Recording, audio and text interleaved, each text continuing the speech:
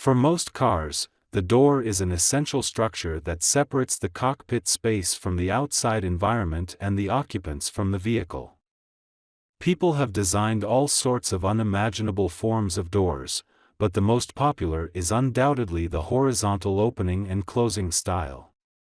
Yes, most of us get in the car one way. We lift or squeeze the door handle, and the hinges near the front tire allow the door to open. Then we slide in behind the wheel, and we're on our way. But why open doors the boring way when you can put those hinges anywhere? Gullwing doors, like the iconic Mercedes-Benz 300 SL of the 1950s, have the hinges at the top, so the doors lift upward and look like the wings of a seagull. There are also scissor doors, like those of the Lamborghini, that have a hinge at the front, but rather than opening out like usual, the door slides upward and out of the way. They were designed to let the driver see behind the Lamborghini Coutach while reversing. That's how horrible the rear visibility was in that car. But back before World War II, there was a fad in the United States for putting the hinges of the rear doors near the rear tires, so the doors opened backward. These rear-hinged doors, called coach doors in the auto business, had the advantage of making it easier for the passenger to enter and exit the vehicle. The door received an inauspicious nickname, suicide door. No one knows why they got the nickname of suicide doors. There are, of course, many theories. So why is it called the suicide door? What security risks does it have? Can you still buy cars with suicide doors? Your vision is your world. Hi, everyone.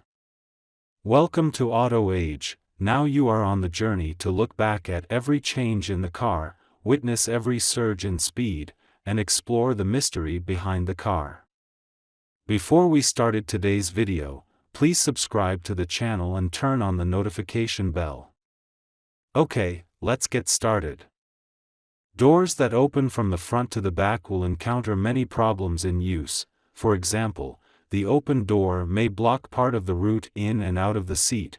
The position of the door closing handle after sitting is often too far, and it is not easy to operate. However, it is the wind pressure characteristics on both sides of the vehicle body that earned it the name of suicide door during high-speed driving. For a door that opens from the rear to the front, if the door is accidentally opened while the vehicle is running, the high-speed airflow on both sides will press the door in the direction of closing. Suicide doors are the exact opposite in this case. If the door is accidentally opened, the high-speed airflow will quickly open the door. In the era when seat belts were not invented, the occupants in the car could easily be rolled out of the car, which was very dangerous.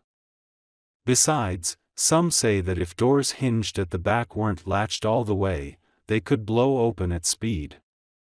Anyone in the back seat who tried to reach for the door handle to close it would go careening out of the car and onto the road.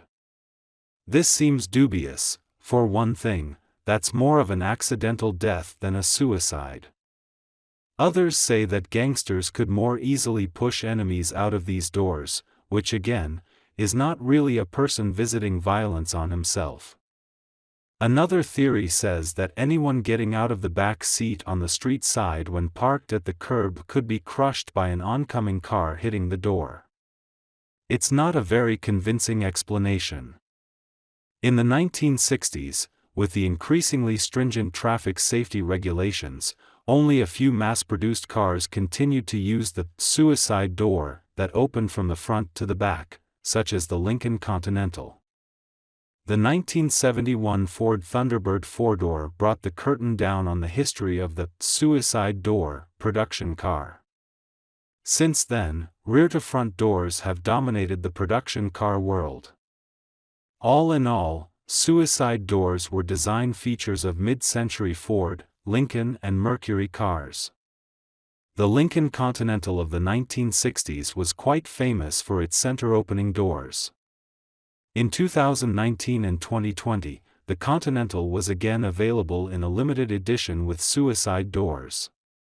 It was a swan song for the Continental, as the nameplate was retired for 2021. Okay, that's all for today. Please put your comments below, and share your insightful ideas with other people. Do you want to learn about more auto stories? Please keep following our channel and like our videos. Thank you so much for your continuous support. Your precious time with us is highly appreciated. See you.